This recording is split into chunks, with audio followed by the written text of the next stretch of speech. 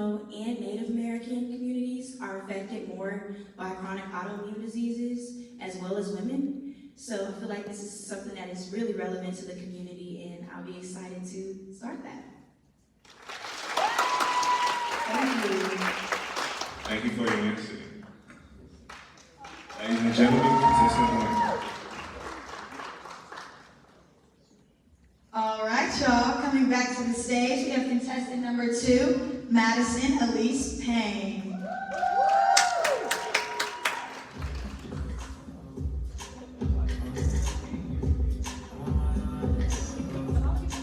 Before Madison will be receiving her first question, she will share with y'all her personal statement. Hey y'all! I believe that every person has the potential to make a positive impact on the world. It all depends on what you do with what you have. So what this personal statement means is, with all of the social injustice, all the strife that's happening in the world, people can sometimes feel powerless. And so my personal statement just goes to show that every single person, regardless of socioeconomic status, race, ethnicity, can make an impact. And it doesn't have to be something huge or monumental. It can be something as simple as choosing to be kind to someone. And so I encourage kindness, optimism, gratitude amongst all of y'all. All right, here comes Christian Brown with your first question. Madison, please pick a question from the bowl.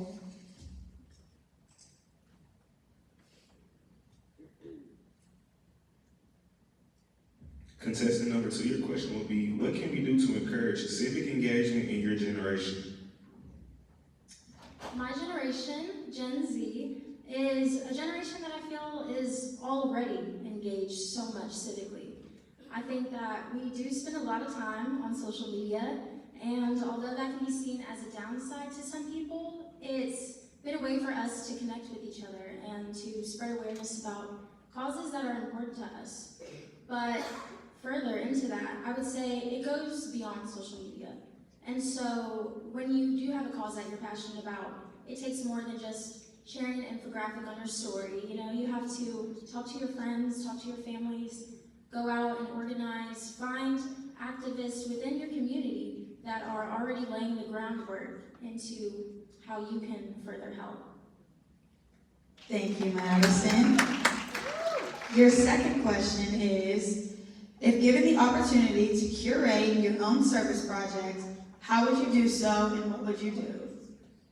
The platform that I am most passionate about is speaking about the unhoused community. And this is something that's very close to my heart as someone who has experienced houselessness before. I think part of that is destigmatizing it. I hear so many people say, oh my gosh, I look homeless today, like I look like a hobo.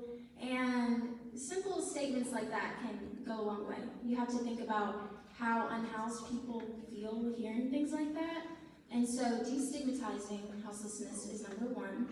I'd also say housing in Knoxville specifically has become not affordable, to say the least. And in the past 2 years alone, rent prices have increased 20%.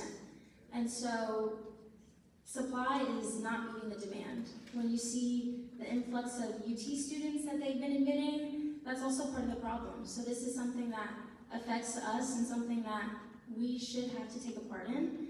I think that it's a multifaceted approach that's needed to solve houselessness. One is making housing affordable, simply making it affordable, incentivizing landlords to rent to unhoused people. Also, mental health and physical health resources. I personally don't even have health insurance because it's so expensive. So I can't imagine the things that some of the people are going through on the streets.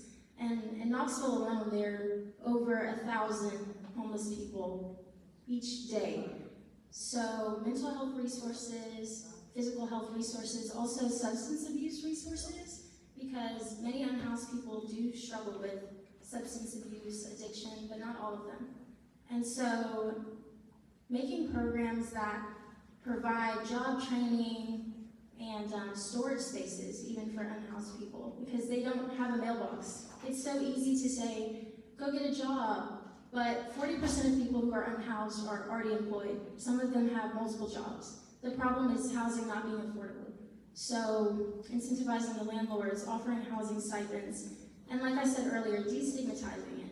Watching the way that you speak about homeless people, and then going out into your community, organizing, and meeting with local activists is something that I think would really help. Thank you for sharing your answer. Ladies and gentlemen, once again, that was contestant number 2, Madison Payne.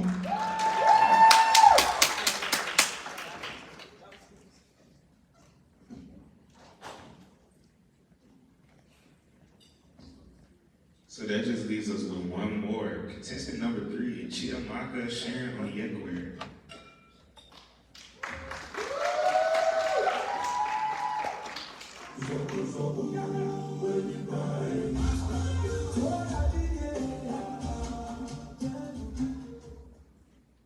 Before we begin with our questions, we'll give you an opportunity to state your personal statement and tell us a little bit about you. Hi everyone, my name is Chiamaka Sharon Onyekwe. I'm originally from Nigeria and I moved here when I was 12 years old. I'm advocating for minorities in healthcare because I have seen firsthand how Black women are treated in different healthcare spaces.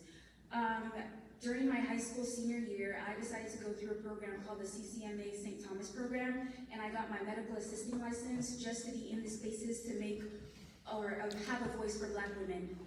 I also volunteer in different clinics and hospitals throughout Nashville and in Knoxville, and I just want to make sure that we are all heard, seen, and equally cared for. Thank you.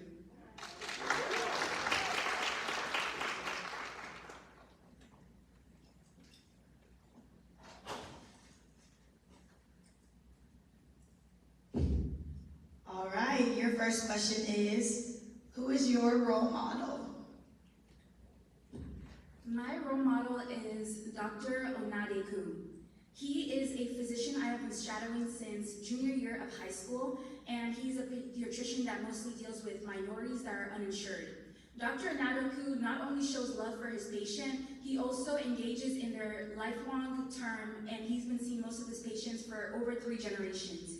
He treats his patients hopefully, making sure that they can all understand where the disease is coming from and if it's preventable. He not only prescribes medication, but he makes sure that everyone is making great life choice and making sure that everyone is doing what they need to be healthy. I look up to Dr. Onadeku because he inspires me to become a physician for minorities and making sure that everyone is well cared for and not just being prescribed medication, but treating them hopefully.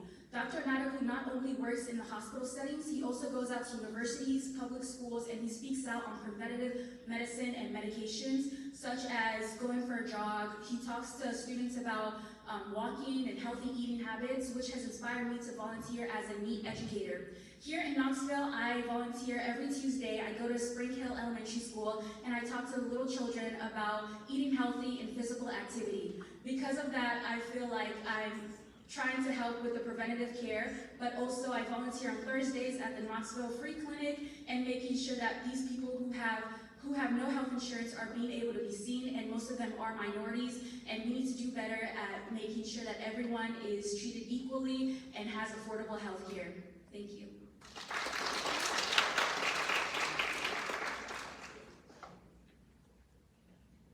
So for your second question, if given the opportunity to create your own service project, how would you do so?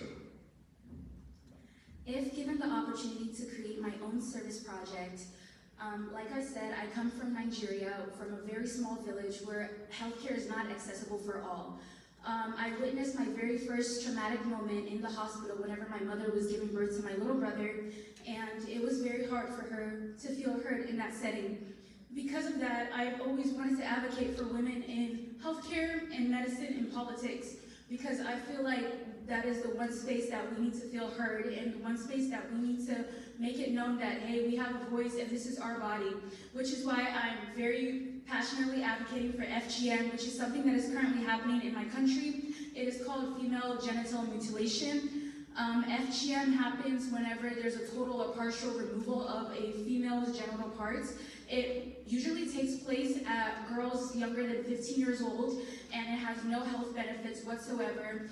These women are faced with lifelong consequences, such as difficulties in childbirth. They even face death, and they just have painful. People try to do this because of traditional or religious reasons, and I just feel like it should not be possible, it should not happen, and it should not be legal. So if I had the privilege of creating my own platform, I would definitely go out and speak into these communities about things that are happening on the opposite side of the world that we might not even know about, and even things that are happening in our country right now, such as black women are 3 times more likely to die during childbirth, and it is scary as a black woman to just even go to the hospital because you never know what can happen, you never know the outcome that can happen.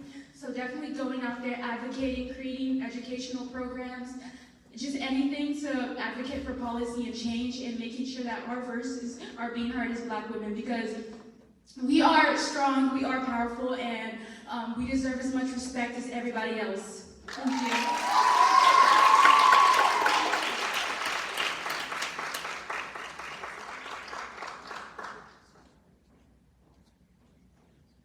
Weren't those some great answers? It's obvious these young ladies were so passionate about their platforms and the questions they were given. So, while we tally up these scores so y'all can finally know who will be Mew out as Miss Black and Gold, we'll play a few selections for you while we tally these scores. Thank you.